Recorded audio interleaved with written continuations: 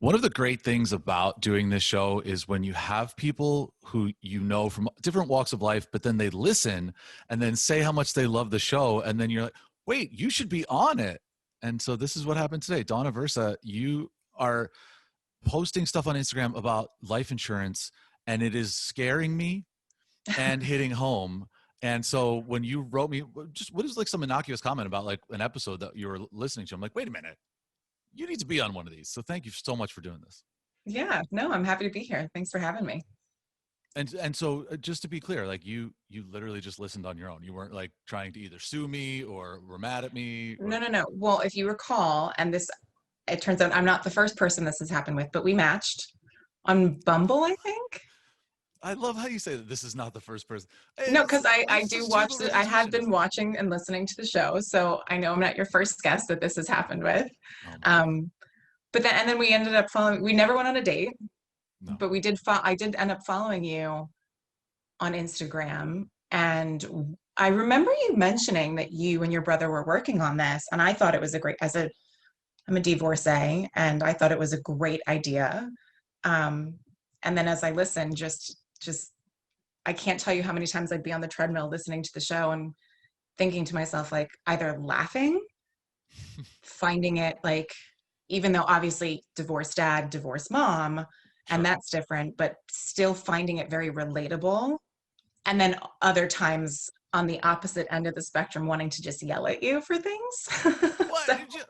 That was probably one of the days after we matched online.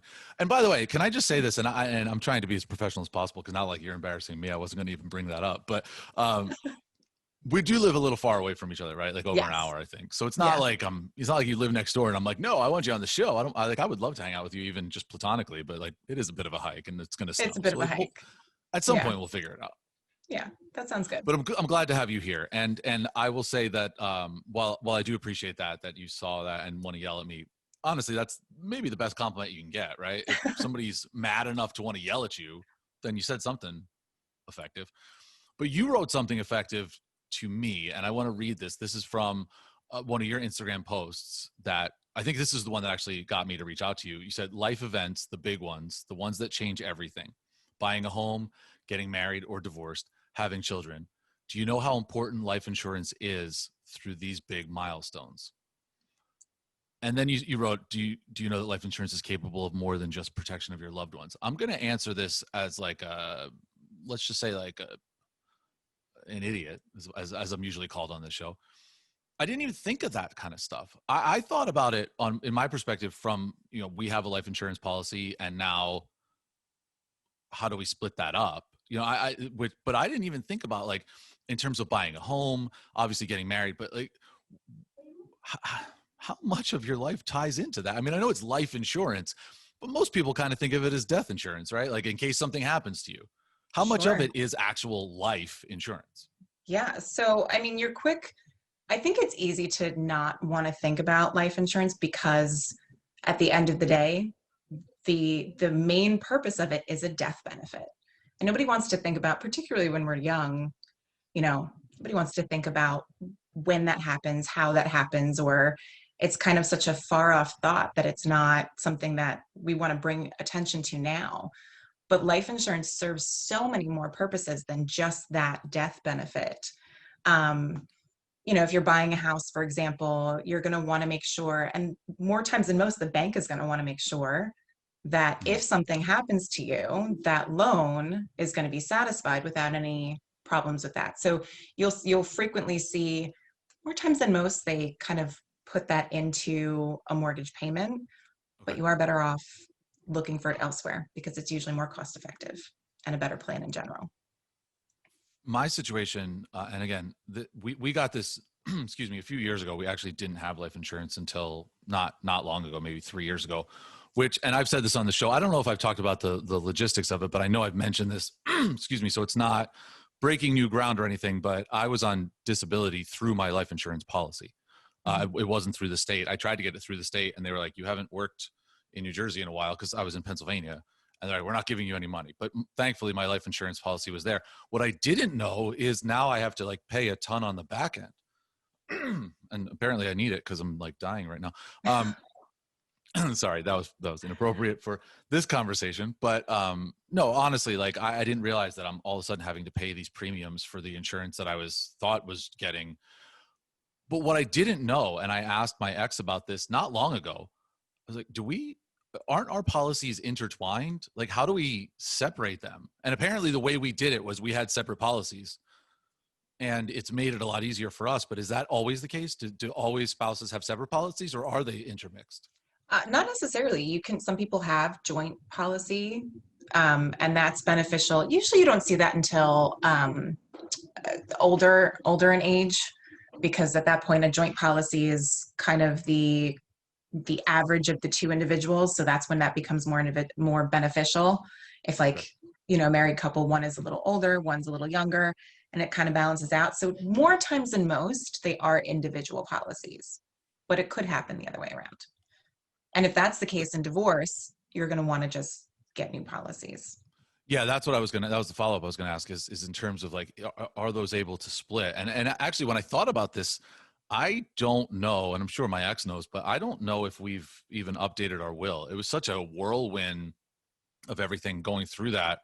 And so it's weird because I know that kind of ties in to what we're talking about here. Like, I don't know who gets our kids if something happens to both of us. When you're married, I think you think like, well, you're going to be in a car together or something will happen with you together. But even divorce, like something could happen to both of us. And then what happens? And it's interesting that you're going through such a traumatic life experience when you get divorced that you don't think about what happens down the line. And that's a lot of what our show has been talking about, especially in the last few episodes. But what you do is I mean, that's 100% what that is. Yeah, absolutely. And it's kind of, interestingly enough, how I ended up in this career choice and this career path was a personal experience. I mentioned that I'm a divorcee, and I've tried to coin a term that's more appropriate for it because my ex-husband passed away a year ago, just over a year ago. So I'm not a widow essentially, Right. but I'm almost like not even a divorcee anymore. So I'm like widow-say? I Widow-say don't want to laugh. I mean, I is, shouldn't laugh because I I think feel that's, I think that might be the terrible appropriate situation. term for it at this point, is widow-say. Um, and he was not insured, Oh, which was just blindsiding. I mean, obviously, when you deal with a loss, there's the emotional component and grief, and particularly, I have two daughters. yeah. Um, that's the focus, and to just, it's adding insult to injury when someone didn't plan ahead. Mhm. And I think for me, it was not wanting people I know, people I care about, to go through a similar experience. And it's so important. And just real quick, like there's different types of coverages. It's so easy and far more cost effective than people realize to just put a term policy in place that covers you for X amount of years, especially when you have kids, up until they're the age of 18 or 21, Mhm. whichever you prefer. Just knowing that if something happens to you, your children are taken care of. Yeah. And that's one of those things that, again, as a sort of not fully formed adult at parts of my life, I didn't even think about that. You always want to take care of your kids when you're around. You don't necessarily think about what'll happen when you're not there. And in a situation like yours, where when you're not prepared for it. But I think it's easy to almost, like, in the setting of divorce, it's almost, more times than most, divorce is contentious. That relationship between your ex gets, I mean, in the perfect world, it'd be fine. You could easily co-parent and Right. everything would I like be how you pause there. simpatico and just wonderful. And it's not, more times than most. Um, so I think it's easy to kind of look at it and be like, well, if I have life insurance, then my ex benefits from it if something happens to me. Yeah. And it's just, I mean, sure, that's one way to look at it, but at the end of the day, your ex is becoming the only parent. And there's a difference. And I had a friend who pointed it out to me. before he passed, but before my ex passed away. And she's like, well, you're not a single parent. You have a co-parent. And I was like, kind of offended by her statement. I was like, I'm a single parent. Yeah. It is very different being a single parent We and actually not talked about having that. the Yeah. co-parent counterpart. On the last episode, we had that conversation, different circumstance in the story that we were discussing. And obviously yours is on top of dealing with the kids yourself, the sort of trauma of having not only, I mean, I would imagine we didn't really talk too much about this in the past, but I know we touched on that, but the emotional weight of that for you, but certainly having to then be there for your children. Yeah. I mean, that's an added component, that not only just being there for your kids all the time, but through that process, it's got to be really tough. And again, and Scott talks about this a bunch on the show, like, as you said, like you need a different term for somebody who's divorced and then that person passes away. Like, I think we need a different term for single parent, because I do think that if I say I'm a single parent, and maybe it's just something like I'm a single co-parent or whatever, but it's totally different than what you're going through. And when Yeah. I heard what you were going through, I'm like, well, this isn't the same. Like, I can't, and it's one of those, like, I'll drive to you. Don't worry about it. Like, if we hang out, I'm coming to you. Like, don't take any more time away from your kids than you need to. We'll just do it on a day where I don't have my kids, because it's a totally different life experience. Yeah. Yeah, it is. And something that's just something so simple as, my work schedule, anything that needs to happen, not having that counterpart to balance out a schedule with, that's childcare costs, and something that like a life insurance policy would have assisted with. And I Yeah. think it's, again, I go back to that, like, I think that something else that I wanted to kind of talk about with both, that's not really specific to the life insurance, but in terms of those contentious divorces. Mm-hmm. And it's so easy to hate your ex, to be angry with them, to feel like they're not pulling their weight with the kids. And yet, and the amount of times I had wished my ex out of my life Mm-hmm. through our divorce, post-divorce, more times than I can count.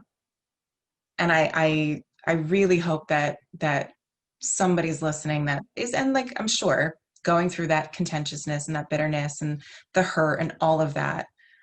And I promise you, what you're going through is far better than the alternative. Do you Because I would regret take those back, thoughts? yeah, of course I do. And I think it wasn't until after he passed that I could really actually take a step back and look and be like, it wasn't as bad. He wasn't as bad as I thought it was in the moment. Mm-hmm.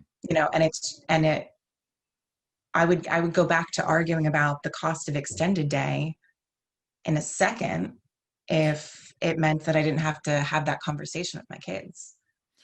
Yeah. And I'm glad you brought that up, because I'm in the midst of, partly because of what we're talking about right now in the format that we're talking, I'm in the midst of a difficult situation with my family. And I've had to send several texts, and I've gotten several texts of like, can you not yell at me? Can we fix this tone? And when you're entrenched and you think something is the biggest thing in the world, it's hard to have that perspective. And it's a shame that you Sure. had to go through what you had to go through, and certainly what your family had to get that perspective. But I appreciate you bringing that up.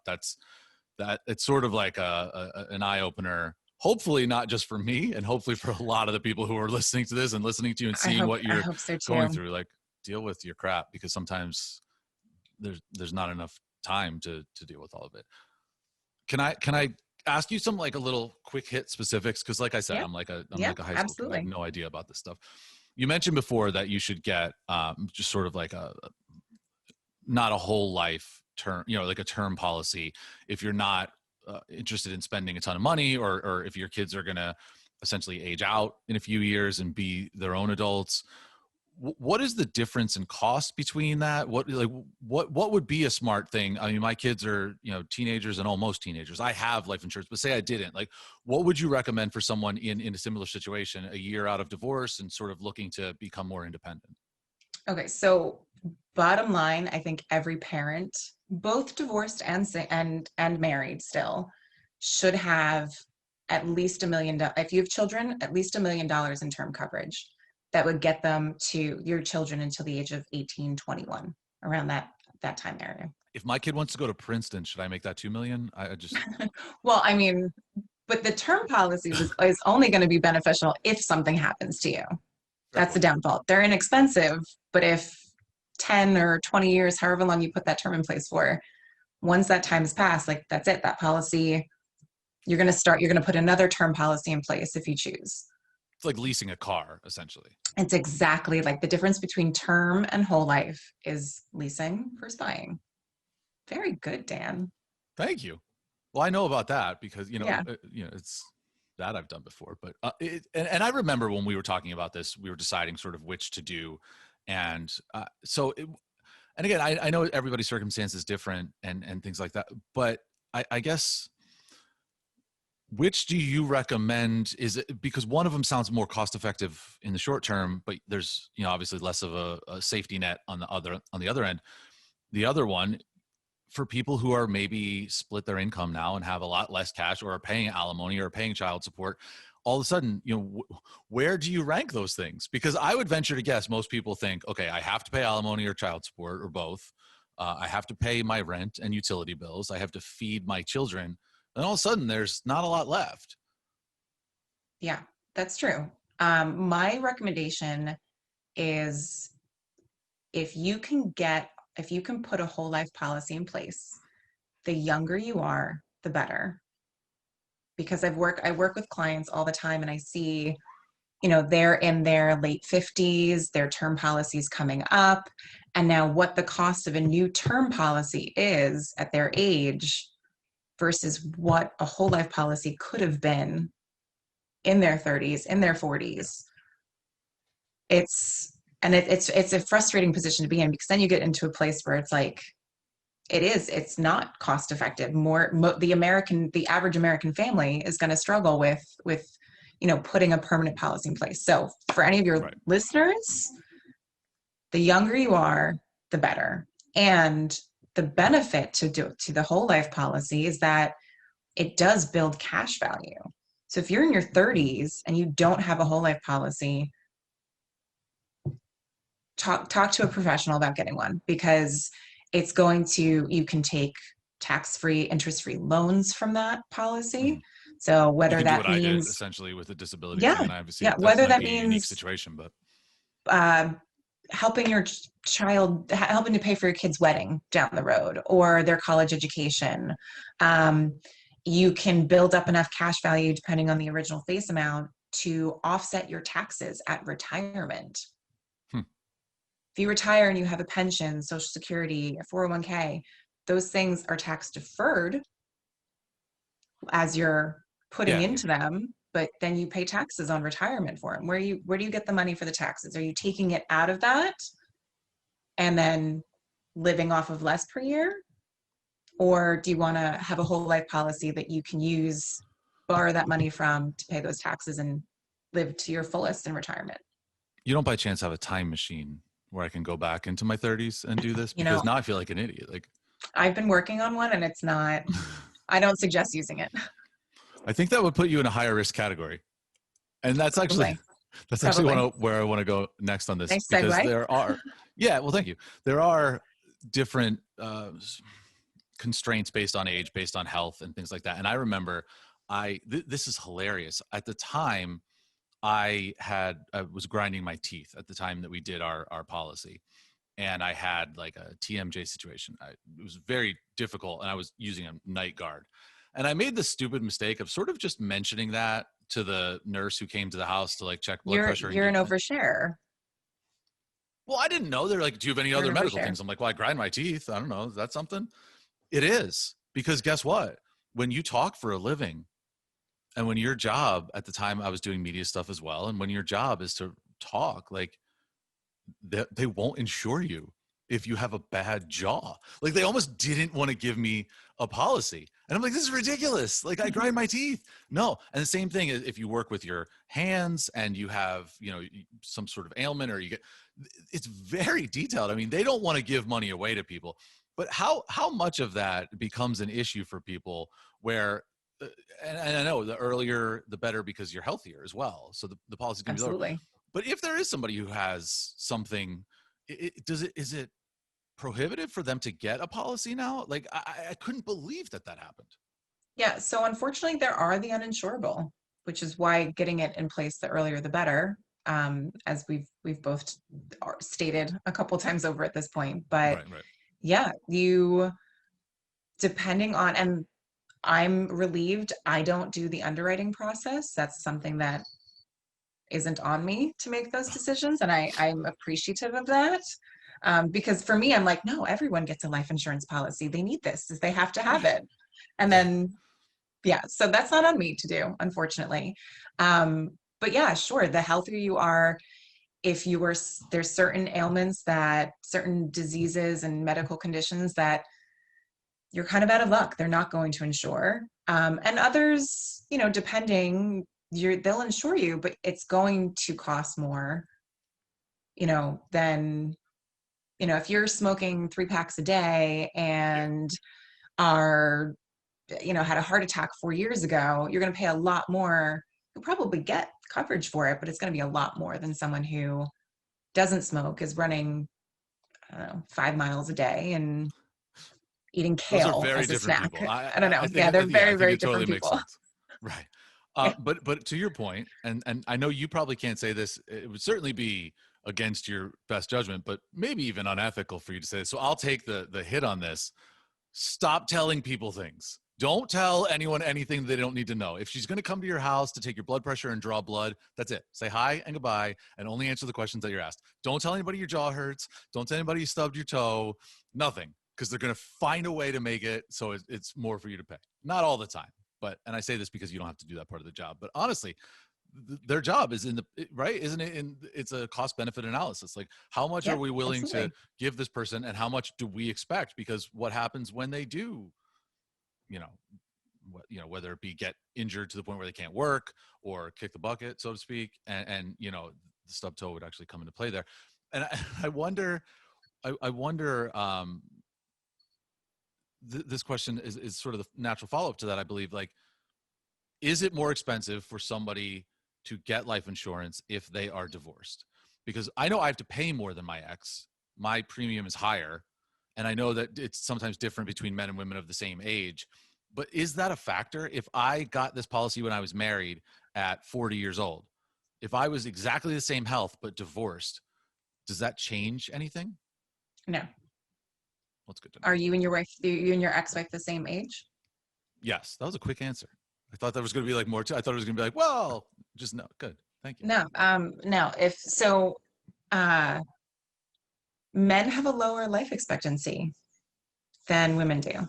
So something as simple as that, her insurance is going to be cheaper because statistically speaking, she's going to live longer than you and be paying premiums longer than you. We mentioned before the whole idea of like leasing a car. And I know on our last episode, we were talking about divorce attorneys and how, which I am fascinated by the fact that there's an off season. There's certain times of year that it's lighter. I didn't know that. Yeah, I didn't know that. Yeah. And it makes sense. This happened to me where it's, between October and the beginning of January, nobody wants to uproot their family and deal with the holidays and the fallout of a divorce during that time. And then after that, it's like, well, all right, we got through that, sort of. You're out. And that's, essentially what happened on my end. But I wanted to ask you, is there a good time to do this? Does it change toward the end of months, toward the end of years? Are there certain like at least like if you buy a car at the end of the year, you're getting a better deal than if you buy it in February or whatever. Does that have anything to do with this? Are there certain ways for people to try and maybe get their payments down by being savvy in that regard? There's not, I mean, the company that I'm working for will do a couple of, I don't want to really even call them specials because they're not that. It's not buying a car. Life insurance is very Right. tailored to an individual. So while it's an appropriate comparison and analogy, But yeah, though December is actually a really great time, especially if you've got a couple, maybe you're like, I don't know if I'd get coverage because I've Mhm. got this, that, or the other thing.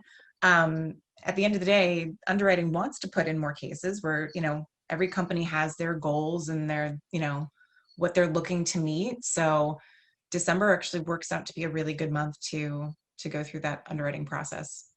There you go. And if you can't do it in December, there's probably a President's Day sale coming up. Yeah. 0% Yeah, there you go. financing. 0% financing. Yeah. I wish there was no money down. That would have helped me. Well, actually, Oh my God, thank you for really? Go bringing ahead. that up. Go No, ahead. the no, well, my company, if you want to put money down, it's not true for all, but the company that I work for, money down on an application means you have temporary coverage in place. Right. So Okay. even if, something were to happen during that, the underwriting takes between 4 to 6 weeks on average, Mhm. depending on how much you're looking to be insured for. So if something were to happen in that time frame and you didn't put a 1 month premium down on it upon application, Yeah. yeah, Be ironic in a bad way. in a really, really awful, sad way. Yes. I wanna ask sort of the last question, and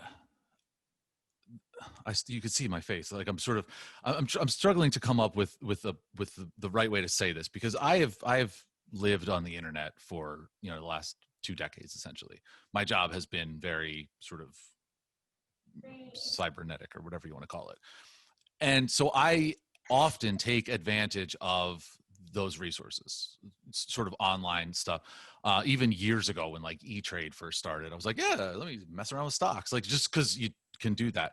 A lot of these things, a lot of these services, you can sort of handle online, right? Do on your own. But what we've done here with this site, and certainly with the show, is to try to bring in people like yourself who can help our audience, who can help our members. And so I'm not going to advocate for somebody to just go online, but I also don't want this to be sort of sales pitchy of why somebody should come to a person like you. But what are the benefits? I mean, obviously the personal touch. You wrote in here, one of the other posts you put on Instagram: when you have insurance, you know that you are secured against any unforeseen events in life, and this gives you complete peace of mind. And when I read that last sentence, I think, if I'm handling this myself, I don't know if I have that complete peace of mind. I don't know if I trust myself to get the right stuff. Is that really what you're selling to people, as opposed to just them filing themselves, or handling it themselves? Yeah, absolutely. I think, I don't just do life insurance. It's also kind of balanced with retirement planning, investments, and things of that nature. So you're absolutely correct. You can go online to any old website, put a policy in place, but do you understand, what it is you're getting, what it is that you need? So to be able to sit down with someone and No. really have a conversation, like really have a To answer conversation frankly, I about, have no idea. where you're at financially, what your goals are, what your needs are for survivors that would potentially be receiving a death benefit on the unfortunate circumstance that something happens to you. That's a conversation that should be had, because it's not something that it's not, going on and buying a sweater that's on sale. I'm like, well, I like this sweater. It's cool. Like, I think it'll fit me when it comes in. Right, right. This is a big deal. You want something to fit you like a glove, and having a professional to work with really makes that difference. And it's really just the start of, when I have a conversation with someone about life insurance, that's a start of a longer um, financial relationship with that Sure, person. absolutely. By the way, that as someone who uses analogies to explain things, that sweater thing is just gold. That was awesome. I Because it just, makes I perfect just, sense. I just I'm made like, it where are up. you going with that? Oh, it doesn't fit right. Oh my, yeah. Well, yes, you need to make this fit. One thing I didn't ask, and I know I said it was my last, but one thing I didn't ask, you mentioned earlier about, if you have kids, you should have at least $1 million of coverage. If you have two kids, do you need 2 million? Like, where is that cutoff? Obviously, kids under 18, you know, if you buy food, it's not double the cost always, to feed two kids as opposed to one. Right. And there's got to be some sort of calculations that you have in terms of that. But ballpark, how much is it per kid? How much should you be insured? Not how much is it? How much should you be insured per kid? Does that change, or is it just sort of having that sort of $1 million-esque policy. And then if you can do more than that, certainly do that, would cover most of the base costs of living for your ex Well, for and I think again that goes back to the whole does it fit situation, because it really depends on, at the end of the day, you're going to want to leave your, whether that's children, for anybody who's listening that's married, your spouse, yeah. what income are they going to be missing? We're looking at, so it's not even necessarily per kid. For me personally, I have double the amount that I would suggest most people, because if something happens to me at this point, there is no co-parent. Yeah. My children will have a guardian that cares for them. And while I believe I chose well for that, it's not their child. So thinking about that kind of so it really, which is why essentially we're going to go back to the sit down with a professional, because it's not such a cut and dry, X amount per kid. It's like, well, how much are you making? What income is going to be missing from in the event of something happening to you? I used to joke years ago when my oldest was first born that it costs $1 million from birth to the time the kid graduates college to have a child. I mean, if you do the math, it pretty much does. And it's amazing to think about that. And it seems like a nice round number, but there is logic to why, that is the spot that most people go to. I want to hang out with you now because but can we create like a consultation? Like, can you take over my policy? Because I think that would be the easiest way for us to, like, now it's like a professional relationship. Right. Yeah. I don't want to be I don't want to be unprofessional and be like, hey, do you want to, like, can you, and I mean this somewhat seriously. Like I got the guy who did mine. It was not my choice. That was my ex getting, can I pull out of that deal and be like, hey, I need somebody who else is like going to take care of my needs? Because I don't know if this guy's taking care of my needs. I didn't hire him. Right. My ex did. I would certainly, a couple people come to me with previous coverages, and it becomes a conversation on, does it make sense to do so? Is it beneficial for you to do so? And I'd love to have that conversation with you. All right. Well, let's not do that on here because I don't want to disclose Yeah, anymore. yeah. Thank you so much. I really appreciate you coming on doing this. Yeah, no problem. I gotta say, and you probably won't like what I have to say, but I think your brother will get a real kick out of it. Oh boy. And listening and watching the show, I think you're awesome. Let's just put that out there. I think you're great. Okay. Great I'm still personality. recording, by the way, so just be careful what you say here. So just go ahead, finish your thought. Listening to your dating endeavors. Well said. Yep. There's been a time or two I'm like, wow, dodged a bullet with that one. Come on, you're like the fourth person to say that this week. I mean, again, I think hanging out with you would be lots and lots of fun and entertaining to just be able to hear and witness all of, but listen, but you're not the only one. I think everybody go, and I sent you a text, I think after one, like watching or listening to one of the shows, I had sent you a text, like everyone goes through that stage. I think it's an important stage. Yeah. Actually, we talked about that. I didn't mention it was you because I knew you were going to come on the show at some point, but we talked about that on the show about how, you said like everyone goes through this. And I reject that because I feel like that puts me in a category of like, oh, everybody does it. And that I called it chronic dating. Right. We talked and we read it. And I said to Scott afterwards, and that was one of the cut-ups. If you follow us on Instagram, that was one of the cut-ups that we just did because I think it actually came out yesterday on the day we're recording. I think it came out a couple of days ago for people who are listening that, that's how I end up making out with homeless women because people like you were like, oh, you're just like everybody else. I'm like, no, I am not. Don't do that to me. Is that why you did that though?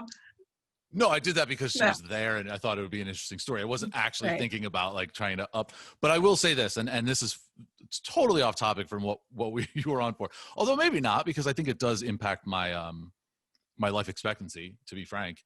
I have noticed that I have done things a little bit more recklessly than I should. And part of it is because I feel like, oh yeah, well, I'll show them. For so many years I was like, no, I don't want to do anything. I don't want to do anything. And now I have like this energy and verve to go do things.